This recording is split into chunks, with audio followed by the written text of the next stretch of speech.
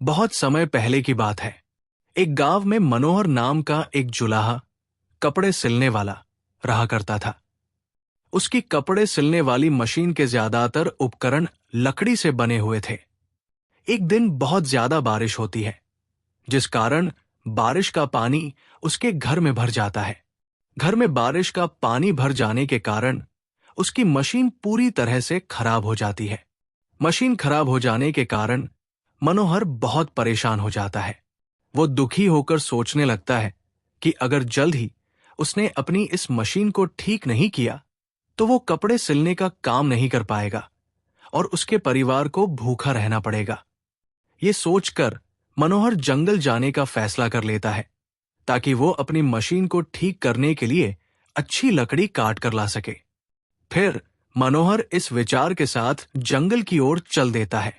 मनोहर पूरा दिन चलता रहता है, लेकिन उसे अपनी मशीन के लिए अच्छी लकड़ी वाला कोई भी पेड़ नजर नहीं आता है।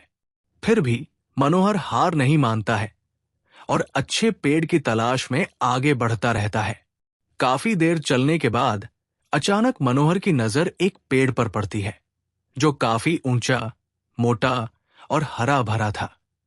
उस पेड़ को देख मनोहर बेहद खुश होता है और कहता है, हाँ, ये पेड़ काफी अच्छा है।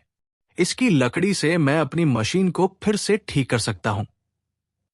इस विचार के साथ मनोहर कुल्हाड़ी उठाकर जैसे ही पेड़ के तने पर मारने के लिए अपना हाथ ऊपर उठाता है, तभी पेड़ की डाल पर एक देवता प्रकट हो जाते हैं। देवता मनोहर से कहते हैं, मैं इस पेड़ पर रहता हूं और आराम करता हूं, इसलिए तुम्हारा इस पेड़ को काटना उचित नहीं होगा। वैसे भी किसी भी हरे पेड़ को काटना ठीक नहीं है। देवता की बात सुनकर मनोहर क्षमा मांगते हुए कहता है, हे देव, मैं मजबूर हूं। मुझे इस पेड़ को काटना ही पड़ेगा। इस पेड़ की लकड़ी मेरी मशीन के लिए उत्तम है।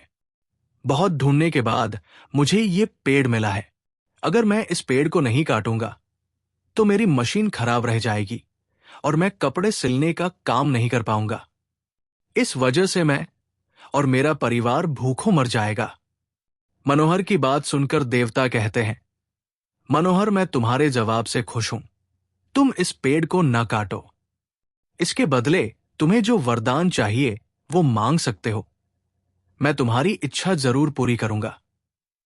देवता से वरदान की बात सुनकर मनोहर कुछ देर विचार करके कहता है, हे देव, मैं वर के लिए अपने मित्र और पत्नी से राय लेना चाहता हूं।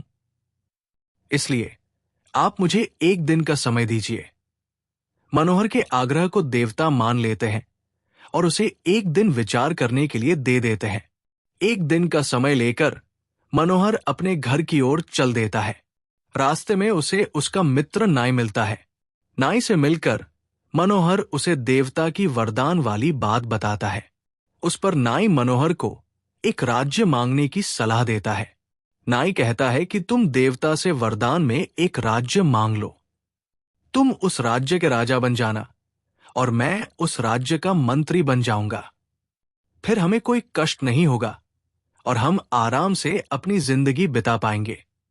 नाई मित्र की बात पर मनोहर कहता है, मित्र, तुम बिल्कुल ठीक कह रहे हो। इस बारे में एक बार मैं अपनी पत्नी से भी पूछ लूं, फिर मैं देवता से वरदान मांग लूंगा।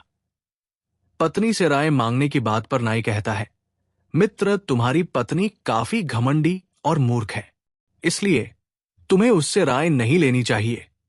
ऐसी स्त्री केवल अपने लाभ के बारे में ही सोचती है। इस पर मनोहर कहता है, मित्र, फिर भी वो मेरी पत्नी है, इसलिए मैं उसकी राय एक बार जरूर लूंगा। इतना कहते हुए मनोहर अपने घर की ओर बढ़ जाता है। घर पहुंचकर मनोहर जंगल में घटी पूरी घटना अपनी पत्नी को बताता है। देवता से वरदान मिलने की बात सुनकर मनोहर की पत्नी कहती है, राज्य मांगकर कोई लाभ नहीं। राजा की कई जिम्मेदारियां होती हैं। वो कभी सुख से अपना जीवन नहीं बिता पाता है। राजा राम और नल भी राज्य होते हुए जिंदगी भर दुख में जिए। आप 2 हाथ से इतने अच्छे कपड़े सिलकर ठीक ठाक कमा लेते हैं। ऐसे में अगर आपके 2 सिर और 4 हाथ हो जाएं, तो आप दोगुने कपड़े सिल पाएंगे। इससे कमाई भी दोगुनी हो जाएगी और आपका मान भी समाज में बढ़ेगा। पत्नी की ये बात मनोहर को समझ आ जाती है और वह देवता से वरदान मांगने जंगल की ओर चल देता है। जंगल पहुंचकर वो दोबारा देवता से मिलता है। देवता मनोहर को देखकर कहते हैं कि मनोहर, मांगो, क्या वर मांगना है तुम्हें। मनोहर देवता से कहता है, हे देव, आप मुझे 2 सिर और 4 हाथ दे दीजिए। देवता मनोहर की ये बात सुनकर पूछते हैं कि तुम 2 सिर और 4 हाथ का क्या करोगे। तब मनोहर बताता है कि 2 सिर और 4 हाथ होने पर वो दोगुना कपड़े सिल पाएगा, जिससे उसकी कमाई पहले से अधिक हो जाएगी। मनोहर की ये बात सुनकर देवता मुस्कुराते हैं और मनोहर को वरदान दे देते हैं। देवता का वरदान पाकर मनोहर को 2 सिर और 4 हाथ हो जाते हैं। वरदान पाकर मनोहर बहुत खुश होता है और अपने घर की ओर चल देता है। मनोहर जैसे ही अपने गांव पहुंचता है तो गांव में खेल रहे बच्चे उसे देखकर डर जाते हैं। वो सब उसे एक राक्षस समझते हैं। तभी कुछ गांव वाले हाथों में हथियार लेकर मनोहर पर हमला कर देते हैं और मनोहर की मौत हो जाती है। जब मनोहर की मौत की खबर मनोहर की पत्नी को होती है तो वो फौरन मनोहर को देखने वहां पहुंच जाती है। मनोहर की लाश देख उसकी पत्नी रोने लगती है और कहती है कि ये सब मेरी गलती है। मैंने ही उनसे देवता से 2 सिर और 4 हाथ मांगने के लिए कहा था।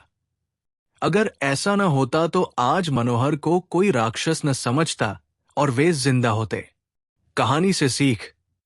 2 सिर वाला जुलाहा कहानी से सीख मिलती है कि बिना सोचे विचारे किया गया कोई भी काम हमेशा दुखदायी होता है। दोस्तों, ऐसे ही मजेदार कहानियों के लिए चैनल को सब्सक्राइब करें।